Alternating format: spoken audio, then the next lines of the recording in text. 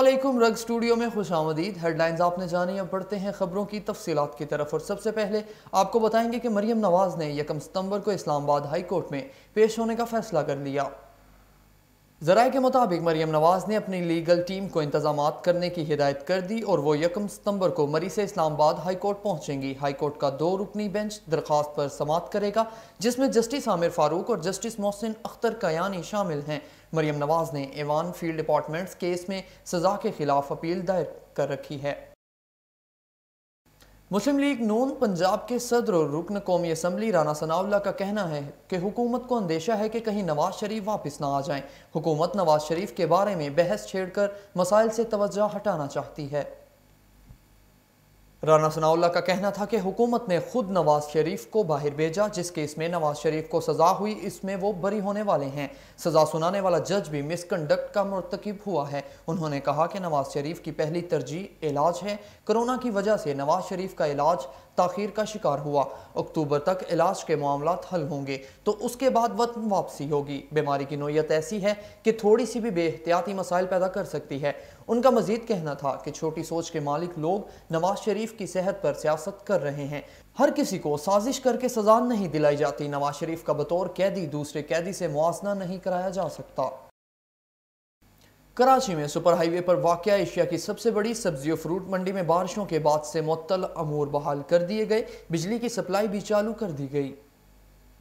Market committee Karachi के vice chairman Asif Ahmad का कहना है कि कराची के दीगर इलाकों की तरह सुपर हाईवे पर वाक़या सब्जी और फ्रूट मंडी में इतराफ़ के बलाई इलाके से आने वाले कई फीट पानी की निकासी कर दी गई है। Vice chairman market committee Asif Ahmad के मुताबिक कराची में मजीद बारिशें ना हुई तो पीर तक सब्जी और फ्रूट मंडी की सफाई का काम मुकम्मल हो जाएगा। उनका मजीद कहना था कि बारिश के बाद सब्जी और फ्रूट मंडी की बिजली मुनक़ता हो गई थी, जो दूसरे दिन जुम्मा की शाम तक बहाल करा दी गई थी। कोरोना लॉकडाउन के सबब भारत में फंसे 200 पाकिस्तानी 3 सितंबर को वतन वापस आएंगे। दुनिया भर में कोरोना वबा के सबब लगाए गए लॉकडाउन की लपेट में मज़कूरा पाकिस्तानी भी आए, जो भारत की रियासतों महाराष्ट्र, मध्य प्रदेश, राजस्थान और दिल्ली में मौजूद थे। भारतीय हुकाम की जानिब से सफ़र की इजाज़त ना मिलने पर पाकिस्तानी बशिंदे वहाँ महसूर होकर रह गए थे। हुकूमत पाकिस्तान 3 सितंबर को अपने शहरियों की वापसी के लिए वाघा बॉर्डर खुसूसी तौर पर खोलेगी। लाहौर में 8 माह के दौरान 368 बच्चे चाइल्ड प्रोटेक्शन ब्यूरो के मकीन बने। 172 बच्चों को वालिदैन सड़कों और चौराहों पर बेयार मददगार छोड़ गए। ब्यूरो ने 1 दर्जन से ज़ायद नौमौलूद बच्चों की परवरिश की जिम्मेदारी भी निभाई। पंजाब में जनवरी 2020 से अगस्त 2020 तक 368 बच्चे ब्यूरो के मकीन बने। 172 बच्चे ऐसे भी हैं जिनको वालिदैन सड़कों पर फेंक कर बरियुल जमा हो गए। कई माह और साल गुजर गए, इन मासूमों की किसी ने खबर तक ना ली। रवां साल के पहले 8 माह के दौरान चाइल्ड प्रोटेक्शन ब्यूरो ने 403 बच्चों को रेस्क्यू किया। चाइल्ड प्रोटेक्शन ब्यूरो में 150 बच्चे ऐसे हैं जिनकी फैमिली का कोई अता पता ही नहीं, जिनमें 26 बच्चे 5 साल से कम, जबकि 100 बच्चों की उम्रें 6 से 10 साल के दरमियान हैं। पर्सन चाइल्ड प्रोटेक्शन ब्यूरो वाड़ा अहमद का कहना है कि आइंदा चंद दिन में एक बार फिर से क्रैकडाउन शुरू करेंगे। वज़ीर आला पंजाब सरदार उस्मान बुज़दार ने कहा कि मुहर्रमुल हराम हमें सैयदुश्शुहदा हज़रत इमाम हुसैन रज़ी अल्लाह ताला अन्हो की राह हक में लाजवाल कुर्बानी की याद दिलाता है। हज़रत इमाम हुसैन रज़ी अल्लाह ताला अन्हो और उनके साथियों की मैदान करबला में दी गई लाजवाल कुर्बानियाँ हमारे लिए मशले राह हैं। योम अशूर पर पैगाम में वज़ीर आला पंजाब सरदार उस्मान बुज़दार ने कहा कि हज़रत इमाम हुसैन रज़ी अल्लाह ताला अन्हो ने हक का अलम बुलंद किया और बातिल के सामने सर ना झुकाया। हजरत इमाम हुसैन रजी अल्लाह ताला अन्हो और दीगर शोहदाए करबला का गम ता क़यामत बाकी रहने वाला असासा है। शोहदाए करबला की अजीम कुर्बानियों ने दीन इस्लाम के आफाकी असूलों सब्र, बर्दाश्त और कुर्बानी को क़यामत तक के लिए जिंदा कर दिया है। करबला के मैदान में हक व बातिल का मार्का मुसलमानों को जुल्म व बर्बरियत के खिलाफ जिहाद करने का दर्स देता है। उस्मान बुज़दार ने मजीद कहा कि भारतीय गैर कानूनी मकबूजा जम्मू कश्मीर में भी हक व बातिल के दरमियान कई बरस से मार्का जारी है। सूबाई वज़ीर इत्तलात फ़याज़ुल हसन चौहान ने कहा कि हज़रत इमाम हुसैन रज़ी अल्लाह ताला अन्हो का पैगाम जाबर हुक्मरान के सामने कलमा हक बुलंद करना है। یوم عاشور کے حوالے سے پیغام میں فیاض الحسن چوہان نے کہا کہ امام حسین رضی اللہ تعالیٰ عنہ نے بتایا کہ اللہ پاک کی مرضی میں اپنی مرضی کو ضم کر دینے کا نام ایمان ہے۔ حضرت ابراہیم علیہ السلام سے شروع ہونے والی قربانی کی روایت کو امام حسین رضی اللہ تعالیٰ عنہ نے عروج پر پہنچایا۔ حضرت امام حسین رضی اللہ تعالیٰ عنہ کا پیغام آفاقیت اور ابدیت کی خصوصیات کا حامل ہے۔ حسین ابن علی کا پیغام نہ صرف مسلمانوں کو بلکہ ہر ذی شعور کے ضمیر کی ترجمانی کرتا ہے۔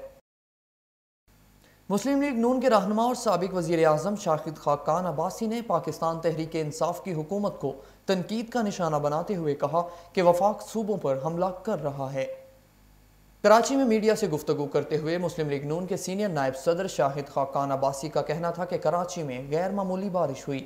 اس طرح کی بارشوں میں دبئی، عمان اور جدہ ڈوب گئے تھے۔ انہوں نے کہا کہ جب بارش زیادہ ہوتی ہے تو پانی اکٹھا ہوگا، لیکن کراچی کے مسائل صرف ایک حکومت کے نہیں ہیں، وفاقی، صوبائی اور بلدیاتی حکومت کو مل کر کام کرنا ہوگا۔ شاہد خاقان عباسی کا مزید کہنا تھا کہ وفاق صوبوں پر حملہ کر رہا ہے اور صوبے جواب دے رہے ہیں۔ اب ان چیزوں کی گنجائش نہیں ہے، کوشش کرنی چاہیے کہ مسائل حل ہوں۔ پاکستان نے اقوام متحدہ میں کرونا کی وبا کے تناظر میں ترقی پذیر ممالک کو درپیش اقتصادی بحران سے نمٹنے کے لیے امداد کی فراہمی پر زور دیا ہے۔ اقوام متحدہ میں پاکستان کے مستقل مندوب منیر اکرم نے ایک ویڈیو سیمینار میں اظہار خیال کرتے ہوئے کہا کہ وزیر اعظم عمران خان نے ترقی پذیر ممالک کے لیے قرضوں کی ادائیگی میں رعایت کی تجویز بھی دی تھی، جس کی تائید اقوام متحدہ کے سیکریٹری جنرل نے بھی کی تھی۔ انہوں نے کہا کہ مالیاتی بحران سے نمٹنے کی خاطر ترقی پذیر ممالک کی مدد کے لیے بڑے ممالک اور عالمی مالیاتی فنڈ کو $25 ارب کا بندوبست کرنا چاہیے۔ پاکستان کی سویڈن اور ناروے میں قرآن پاک کی بے حرمتی کے واقعات کی شدید مذمت۔ ترجمان دفتر خارجہ نے ایک بیان میں کہا کہ اسلاموفوبیا کے بڑھتے واقعات کسی بھی مذہب کی روح کے خلاف ہیں۔ آزادی اظہار رائے مذہبی منافرت کا جواز نہیں دیتی، دوسرے کے مذہبی عقائد کا احترام یقینی بنانا سب کی مشترکہ ذمہ داری ہے۔ ترجمان نے مزید کہا کہ مذہبی عقائد کا احترام عالمی امن اور خوشحالی کے لیے اہم ہے۔ گزشتہ روز سویڈن میں دائیں بازو کے اسلام مخالف انتہا پسندوں کی جانب سے قرآن پاک جلانے کے خلاف بڑے پیمانے پر مظاہرے پھوٹ پڑے تھے۔ کراچی میں بارشوں کے 4 روز بعد بھی کلفٹن اور ڈیفنس کے مختلف علاقوں میں بجلی بحال نہ ہو سکی۔ کلفٹن کے رہائشیوں کی جانب سے بجلی کی مسلسل بندش کے خلاف مظاہرہ کیا گیا۔ کراچی میں سپر مونسون کو گزرے چوتھا روز شروع ہو گیا۔ کلفٹن بلاک 4 اور 8 میں بجلی کی مسلسل بندش کے خلاف شہریوں نے احتجاج کیا۔ مظاہرین نے کے الیکٹرک اور کلفٹن کنٹونمنٹ کے خلاف شدید نعرے بازی بھی کی۔ احتجاج کے دوران مظاہرین نے ٹائر جلا کر شاہراہ کو ٹریفک کے لیے بند کر دیا، جبکہ اس دوران ٹائر جلانے والا ایک نوجوان آگ کی لپیٹ میں آ گیا۔ تاہم وہاں موجود دیگر افراد نے آگ بجھا کر نوجوان کو اسپتال روانہ کر دیا۔ مونسون کا 7واں سپیل کراچی میں آج پھر بادل برسنے کو تیار۔ محکمہ موسمیات نے نشیبی علاقوں میں اربن فلڈنگ کا خدشہ ظاہر کر دیا۔ شہر قائد میں اب تک اگست کی بارش کا 90 سالہ ریکارڈ ٹوٹ گیا۔ محکمہ موسمیات نے 7ویں سپیل میں مختلف مقامات پر کہیں ہلکی تو کہیں تیز اور موسلادھار بارش کا امکان ظاہر کیا۔ محکمہ موسمیات نے متعلقہ اداروں کو ایڈوائزری بھی جاری کر دی۔ یہاں پر وقت ہوا ایک کمرشل بریک کا، ہمارے ساتھ رہیے گا۔